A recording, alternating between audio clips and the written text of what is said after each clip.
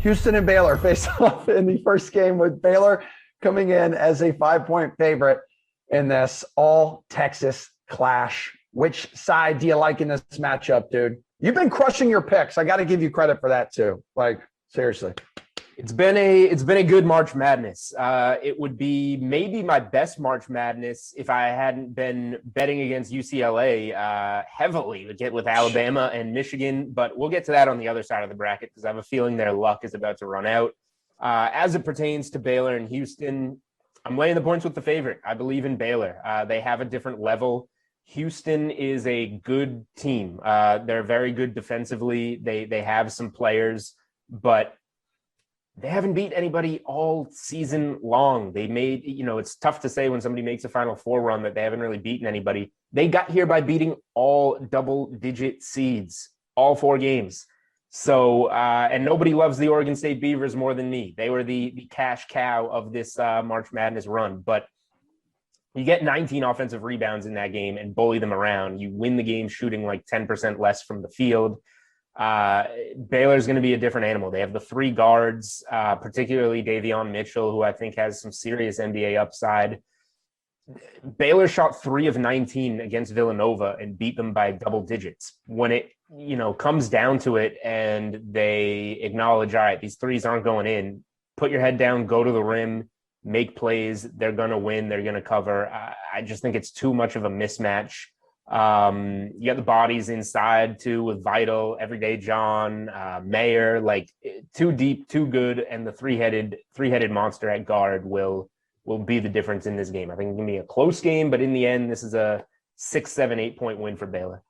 Okay, well, Gonzaga is a huge 14.5-point favorite over Super Cinderella UCLA, the team you keep betting against. Is this the end of the road for the 11 seed, or have you learned your lesson?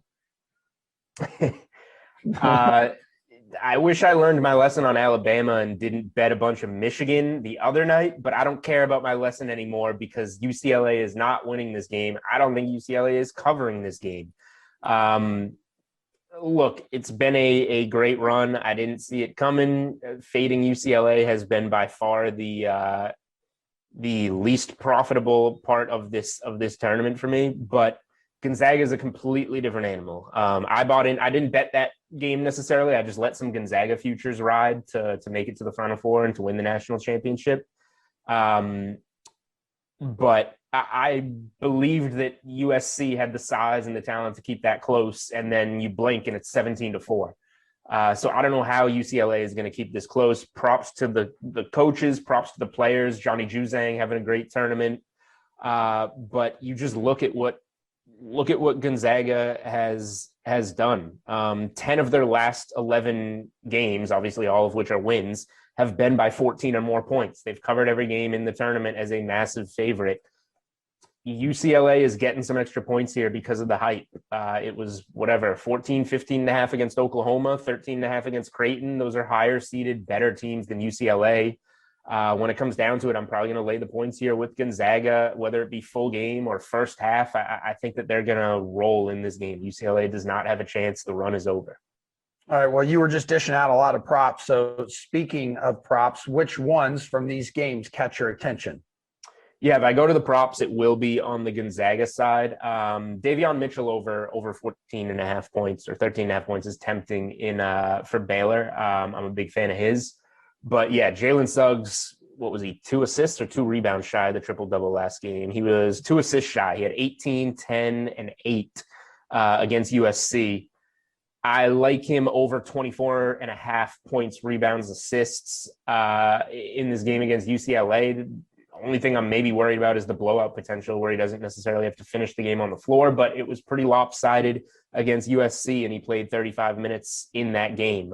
He played only 18 against Norfolk State, which was a 43-point game. The 3 other tournament games, which have all been, 20 or so point wins, Suggs has played 34 or more minutes. So give me the full balanced stat line here. I think he's going to stuff the stat sheet, flirt with the triple-double again, and get us the over on 24.5 points, rebounds, assists. All right, speaking of flirting, Gonzaga is minus 200 to win, which makes sense since they've been the favorite all along. But if it is not Gonzaga, Jules, which of the remaining 3 teams is the best bet to win it all? I mean, hopefully you bet Gonzaga earlier in the year. Laying 200 now is tough. There were some great numbers available all year. There's only one team that can beat Gonzaga, and that's Baylor.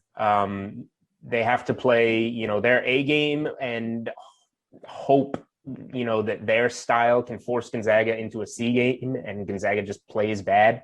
It's going to have to involve some unique circumstances and some luck, but like UCLA definitely can't beat Gonzaga. Houston can't beat Gonzaga. Baylor is legit the only team with a chance. I would have said Illinois if Illinois was in it as a team that could maybe compete with them. It's Baylor or nothing. So I obviously like Baylor to beat Houston. So even if you have a Gonzaga ticket, maybe you take some Baylor now and hope that they win that game on Saturday, and then you have them maybe at a better price to hedge yourself on Monday. But yeah, Baylor's the only team with a shot of competing with Gonzaga out there.